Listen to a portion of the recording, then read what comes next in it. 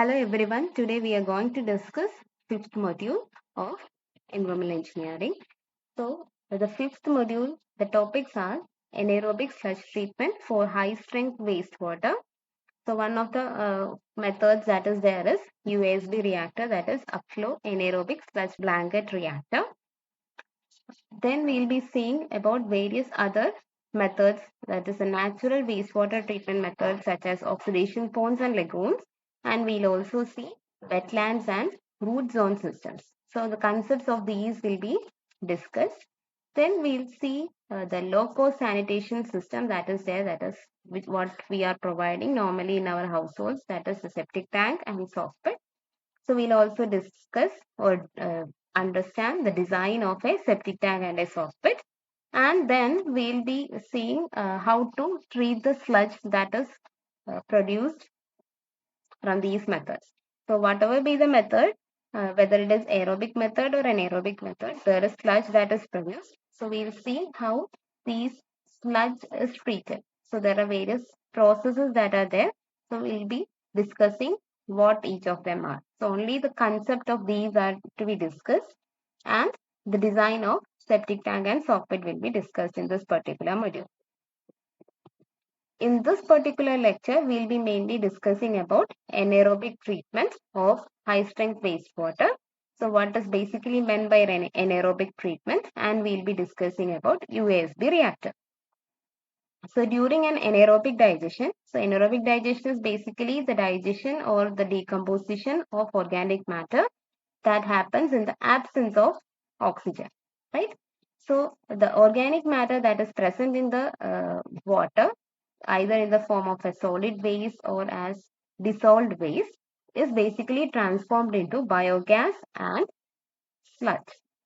So biogas is basically a mixture of methane and carbon dioxide, and also the sludge is basically a nutrient rich sludge.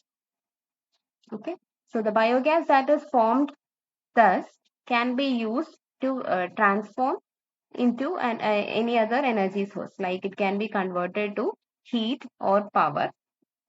So it is also a renewable energy source.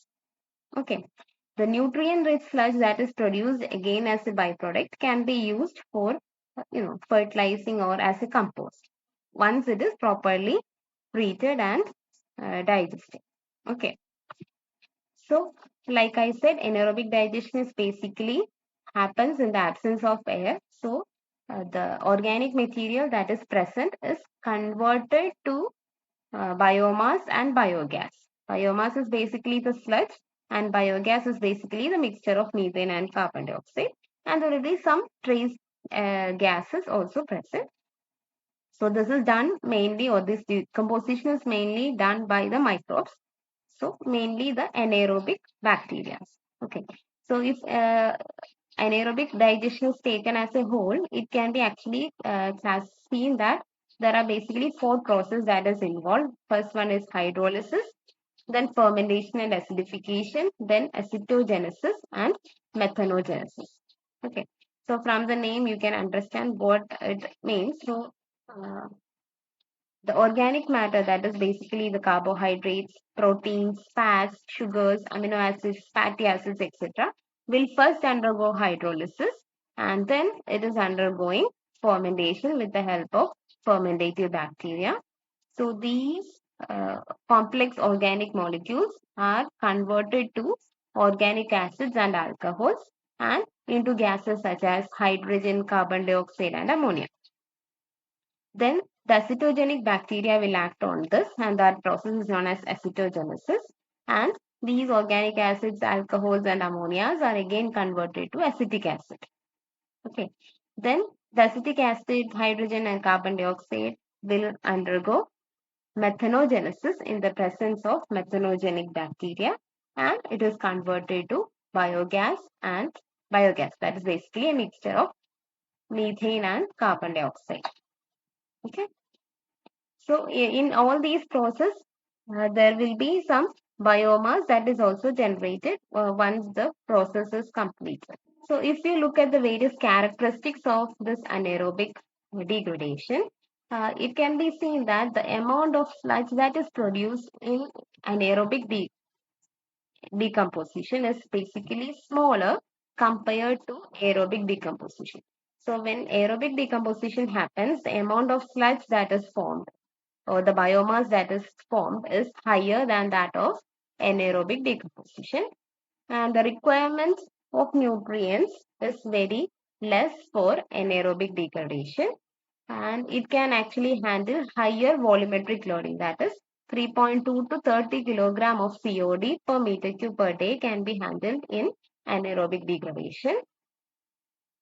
Uh, uh, there are certain operational conditions like this anaerobic decomposition or degradation actually requires longer startup period. That is, it will take a lot of time to start the process of anaerobic decomposition, or to have it to have a particular efficiency, and it has certain sensitivity to toxic compounds, like there are certain chemicals which can cause a lesser output.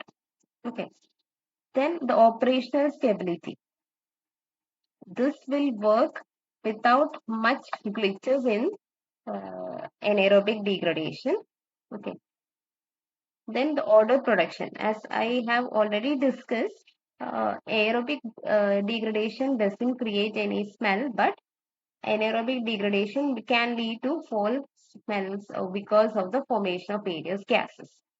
And these digestive gases that may be produced may even cause corrosiveness of the tank. Okay. Then we may have to control the alkalinity or the pH, and also the sometimes the not sometimes, most of the times, the water, the effluent that is coming out of it requires further treatment.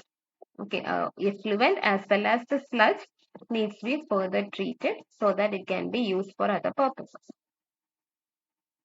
So if I look into the advantages and disadvantages of anaerobic treatment, the main advantage of anaerobic treatment is we actually can have renewable energy. So we are producing biogas or methane, which can be used for the generation of heat, light, or power. And since we are using this methane, we can say that there is reduction in the greenhouse gas emissions, and the amount of sludge that is produced is less, so we have to only treat very small amount of sludge out of the anaerobic treatment. Then the sludge that is produced is nutrient rich, as I have pointed out earlier, so these can be actually converted to high quality fertilizer with proper treatment. Okay, since this is not open to air, uh, we can actually have improved hygienic conditions because there can be less chances of having pathogens or worm eggs or flies. Then the process stability. The high loads can be treated.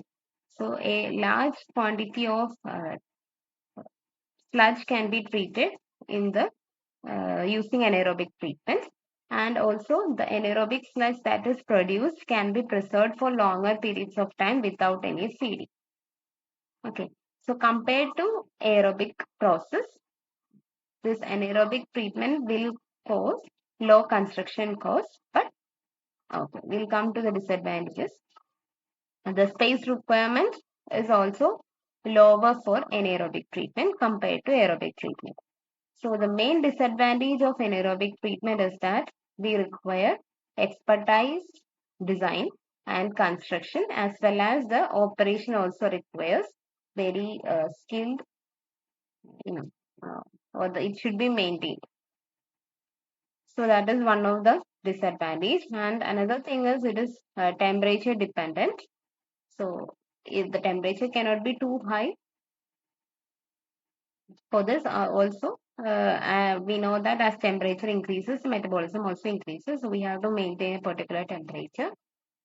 Then we should have some process to reuse the produced energy that is being generated. Otherwise, this will not sustain long. And like I said earlier, the sludge that is produced will require further treatment such as aerobic composting or drying beds, etc. Then the methanogenic bacteria that is there is very sensitive to a number of chemical compounds. So we have to be sure about what are the various contents of the organic matter that we need to digest. Then sometimes we require seeding because if we allow the process to start on its own, it will take a lot of time because, as I said, the startup period is quite long because of the low growth yield of anaerobic bacteria. So the biogas sanitation system or this anaerobic digestion technology can actually be classified into high rate and low rate. In high rate, what happens is there will be some biomass retention. That is, the sludge will be retained in the reactor itself. So the hydraulic retention time will be actually very much less than the sludge retention time. So this high rate anaerobic digestion techniques are basically used for wastewaters, whereas we also have low rate techniques. So here there is no biomass retention. So the hydraulic retention time is equivalent to sludge retention time. So this can actually be used mainly for treatment of slurries or organic solid waste, etc.